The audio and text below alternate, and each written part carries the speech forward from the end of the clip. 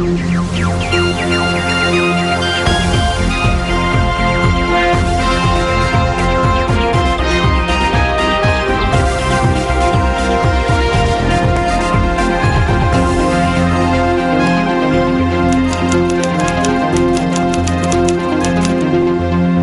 First at 9.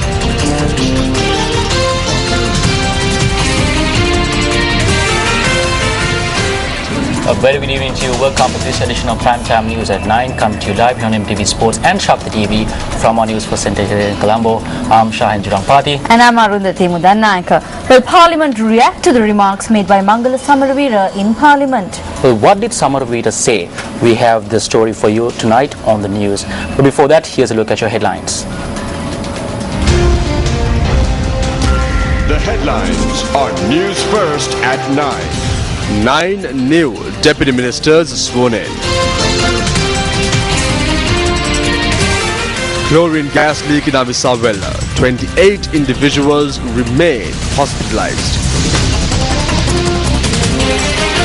5 more persons suspected to have attacked the march calling for the UNP leader to step down arrested.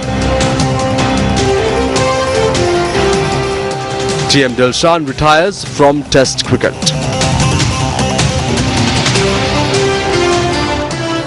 Abducted Libyan Prime Minister freed from captivity. News First at 9. And now for those stories in detail. 9 new deputy ministers took oaths before President Mahinda Rajapaksa today. Now, these appointments take the total number of deputy ministers in the current government to 39. Sanat Jayasuriya was appointed as Deputy Minister of Postal Services. Lakshman Vasanta Pereira took oaths as the Deputy Minister of Industries and Commerce, while Sarath Veerasekara was appointed as the Deputy Minister of Labour. YG Padmasiri was appointed Deputy Minister of Agriculture, and Mohanlal Guerrero took oaths as the Deputy Minister of Education. Nishant Muthuhettigama was appointed Deputy Minister of Small Export Crops Promotion, while Hemal Gunasekara was appointed Deputy Minister of Cooperatives and Internal Trade. Sarath Muthukumarana was appointed Deputy Minister of Rehabilitation and Prison Reforms. Anthony Victor Pereira took oaths as the Deputy Minister of Coconut Development and Estate Development. Addressing the gathering, President Mahinda Rajapaksa noted that these appointments were made following extensive discussions and after taking into consideration political experience as well as contributions made by them. There are 21 individuals here who have come from the provincial councils. We need to ensure discipline within our party, and we need to ensure that the party leadership is respected. We need to keep in mind that we have achieved these positions because of our party. The people place their trust in us because of the party. We cannot break this trust.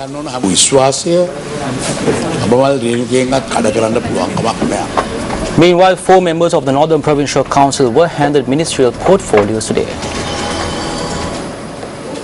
P. Aingaranesan, who represented the EPRLF party, was named as the Northern Province Minister of Agriculture, Livestock, Water and Environment. Tiku Kularaja from the Ilangai Tamil Arasu Katchi, or the ITAC, was named as the Provincial Minister for Education and Culture.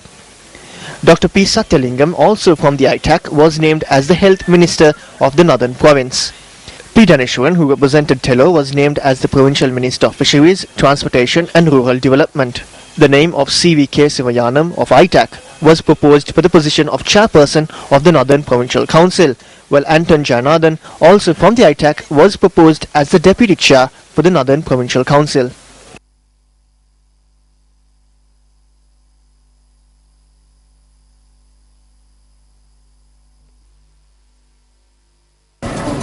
Another 5 persons were remanded in connection to the attack on a procession held in Mathura recently, demanding Ranil Wickremesinghe step down from the leadership of the United National Party.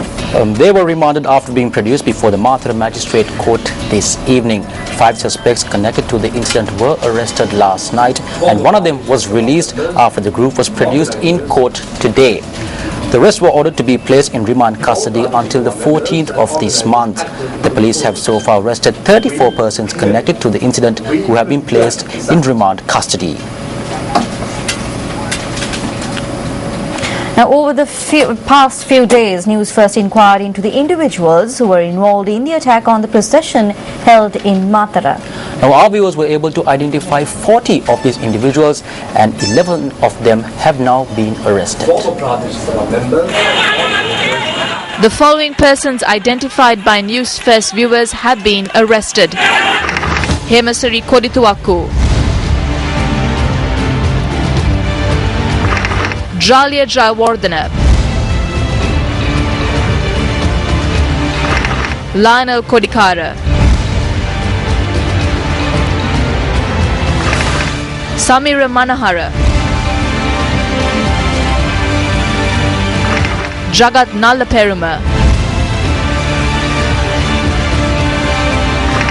Kasun,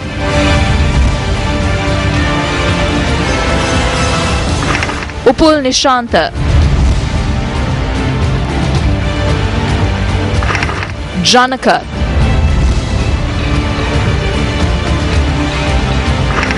Sunil,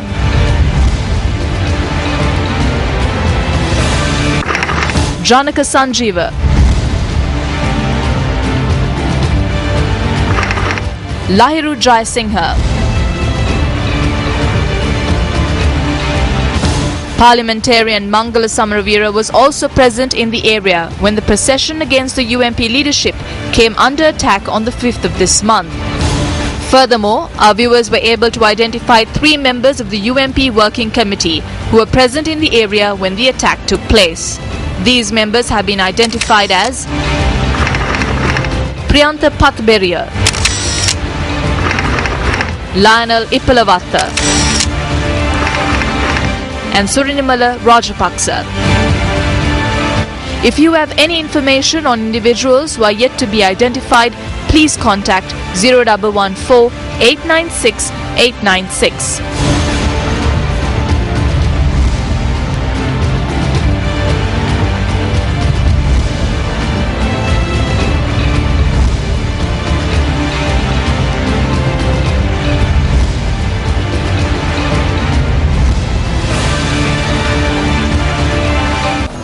UNP parliamentarian Sajid Premadasa says that any solution arrived at through discussion should be a solution that can be accepted by the people. That's right. Now, he made this statement today during a media briefing held in Hambantota. සමහර මාධ්‍ය කියනවා සජිත් ප්‍රේමදාස සාකච්ඡාවලට එන්ට බැහැ කිව්වයි කියලා. Certain media reports say that Sajid Premadasa has refused to engage in discussions. This is a blatant lie. Certain other media reports say that discussions will be held with or without the presence of Sajid Premadasa. It is the majority in the working committee who should immediately hold talks on whether discussions should be held with or without Sajid Premadasa. However, the fact that these discussions cannot be taken forward without Sajid Premadasa comes to mind. I must emphasize to the people of this country that a solution cannot be sought through discussions alone. The solution has to be one that is accepted by the people and a solution which the people hope for. There is a national conspiracy to render the UNP helpless by presenting temporary solutions. We will have no room within our party for such conspiracies. That is why Ranil Wickramasinghe, Karu Jayasuriya and myself agreed to begin discussions next week with a positive mindset. These discussions should not be a waste of time. The entire country is hoping for one outcome through these discussions. That is a change that the country can accept. A clear change. රට පිළිගන්න වෙනසක්. පැහැදිලි වෙනසක්. Chief Minister of the Sabaragamu province, Mahipala Herath, commented on the United National Party at a function held yesterday at the Sabaragamu Provincial Council Auditorium. මේ රටේ දෙමව්පියන්ගේ දරුවන්ට මේ රටේ පාලනයේ අයිතිය අහිමි කළා රනිල් වික්‍රමසිංහ එදා එක්සත් ජාතික පක්ෂයේ. When Ranil Wickramasinghe was the UNP Prime Minister, he said there was no money in the treasury and he publicly stated that jobs will not be given until money is collected. The educated were whipped with bicycle chains and canes and chased away. Look at the consequences. Today, everyone in the UNP is preparing to dethrone Ranil Wickramasinghe. The United National Party has been sent to the cemetery today. Karu Jayasuriya has left the chair. Sajid Premadasa has left the chair. The UNP cannot be salvaged. මිත්‍රවරුනි අද ඔය කරු ගහලා ඔය මුක්කු ගහලා අද එක්සත් ජාතික පක්ෂය ආයේ කොට ගන්න බෑ. And time now for the newspaper cartoon of the day.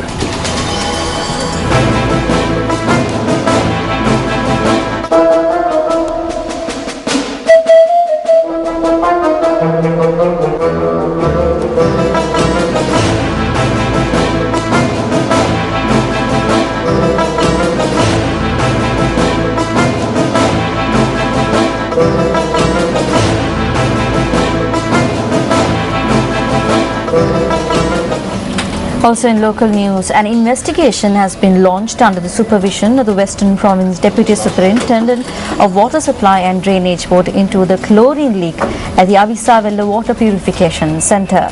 Now, according to a spokesperson at the Avisavella Hospital, 28 persons, including 3 children who were admitted to hospital following the chlorine leak, continue to receive treatment. 302 persons arrived at the Avisavella Hospital to receive treatment following the chlorine leak at the Avisavella Water Purification Centre, which occurred at around 9 p.m. last night. One person continues to receive treatment in the intensive care unit, while another 2 individuals were admitted to hospital today.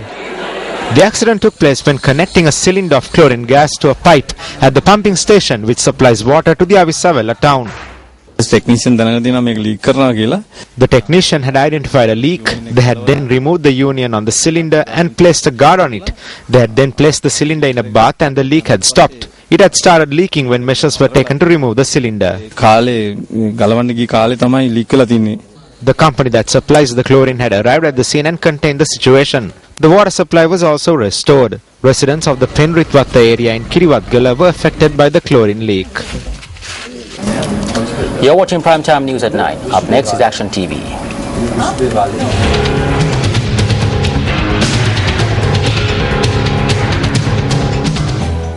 Pramita Bandara Thenakun today assumed duties as the 6th Minister of Rural Development of the Central Provincial Council in its quarter-of-a-century history. According to the 13th Amendment to the Constitution, a Rural Development Charter is passed by the provinces as it is a subject which comes under the purview of the Provincial Council. However, a Rural Development Charter is yet to be passed for the Central Provincial Council. A Provincial Department of Rural Development needs to be established according to such a charter. On several occasions, Action TV highlighted the functioning of a Provincial Department for Rural Development in the Central Province without an approved charter in place, which is a violation of the Constitution. Quoting audit reports, Action TV also revealed the misuse of public funds and the corruption taking place. On the 19th of February, the present Chief Minister of the Central Province, who has been serving in this capacity for almost a decade in the Council's 25-year history, informed the Secretary to the Provincial Ministry of Rural Development to expedite the process to pass the required charter. On the 11th of March, the Governor of the Central Province, speaking to Action TV, said that the charter would be passed before the month of May and accepted that discrepancies had taken place within the Provincial Department for Rural Development. However, this did not materialize until the Provincial Council was dissolved. In June, the Governor of the Central Province transferred the Acting Director of the Provincial Department for Rural Development, who had avoided providing answers to the Auditor General regarding financial irregularities. Another individual was appointed to the post of Acting Director in violation of all norms. Speaking to Action TV today, the new Provincial Minister for Rural Development said his priority was to rectify all mistakes committed. A great service would be rendered to the people in the Central Province by this ministry. The Rural Development Charter is a priority. We will expedite this process. A suitable position will be given to the suitable person.